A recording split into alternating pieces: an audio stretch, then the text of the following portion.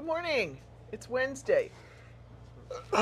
Brent is just having noises just coming from him constantly.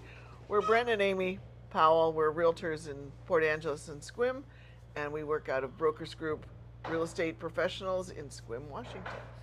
Yep. You channeling me?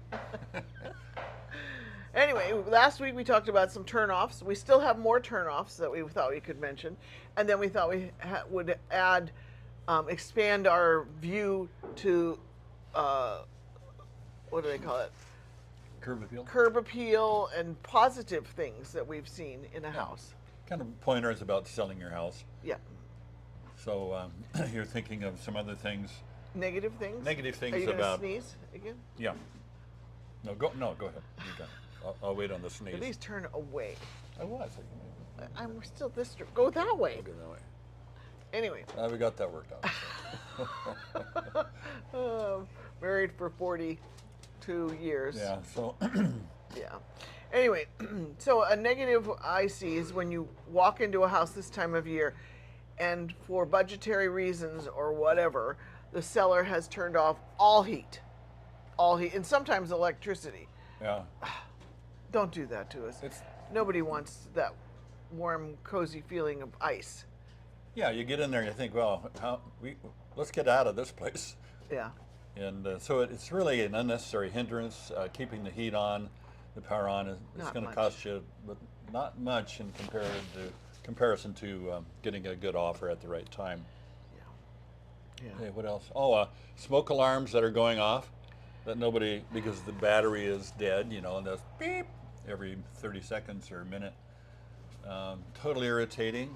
Care enough, and really, if you have a realtor, and hopefully you do, that they're going to help you with these things. So listen to them because they know what they're doing. Yeah, nobody needs an annoyance when they're trying to look for the perfect house. Other turnoffs are obvious deferred maintenance. That holes in linoleum. Yeah, it's the broken windows principle. If you've ever studied that in business, is if there is a broken window, everybody thinks, okay, what else is wrong with this property? And don't slide on a damaged carpet or linoleum. Don't put a rug over it because we all lift it up. Yeah. Yeah. Yeah. So anything else? We're kind of negative here on. Please leave some toilet paper in there for anybody that would come. Yeah. We see all of these things. That's why we're talking about them. Oh yeah. People are trying to sell stuff that. How about curb appeal? Okay, curb appeal. Let's look at the positive side. They say you have one chance to make a good first impression. And the very first impression is when you drive up to the home and you take a look at it. Now, probably you've already looked at the pictures on Zillow or Trulia or your realtor's website. And so you have an idea of what it looked like when the pictures were taken. And sometimes nothing has been done since that time. And when you actually get there, you're disappointed. Or the pictures have tulips and it's fall. This has been on the market for a while. But if the grass is not cut, Yeah. nobody wants to wade through a field to get to a house. Or the sidewalk is dirty.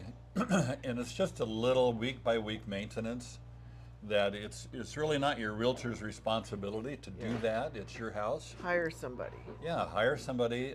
We had one client who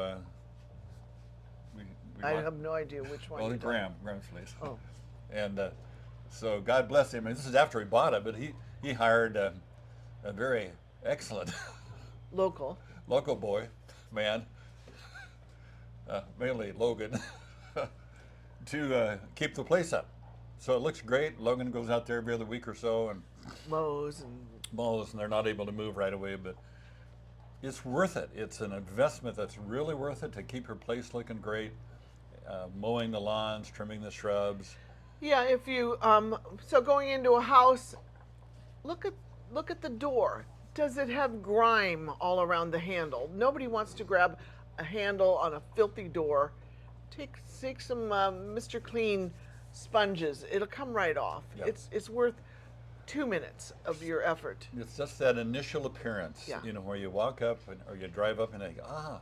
Now, one other thing which a lot of realtors do, are we getting a call here? Yeah. Hello? You got to answer it, Brent. Oh. Hello? Sorry about that, but our dog Winnie, who you know, had a minor surgery yesterday, and that was the veterinarian calling to check on her. So it's very minor. She had a skin tag removed. That was Got infected, yeah. inflamed. Anyway, they don't need to know that. You were on a roll there for a second. Yeah. What was I talking about? I don't know. Who knows? Something good. Oh yeah. So this is something that used to be very common, and I think a lot of the realtors are kind of wising up to this, and that is that when you look at the pictures, and you look at the pictures and say, wow, this place is huge. Then you look at the square feet, it's like 600 square feet, and it just doesn't compute. The reason it doesn't compute is that they have chosen their photographer, if they do it themselves, a wide-angled lens, kind of a fisheye thing. So everything looks big, big, big. Kind of false advertising, actually. And then when you walk in the room, it's the house is disappointed. It's a tiny house, so it's really a sort of a misrepresentation, and it's a way of puffing, which is, I guess, legal. But you know, you want to look at the pictures. If the door of the refrigerator looks like it's this wide, and then that means And it's not a sunfrost. Yeah. It's a Frigidaire. Sunfrost. What is it called? That Sunfrost is the one we Oh had. yeah.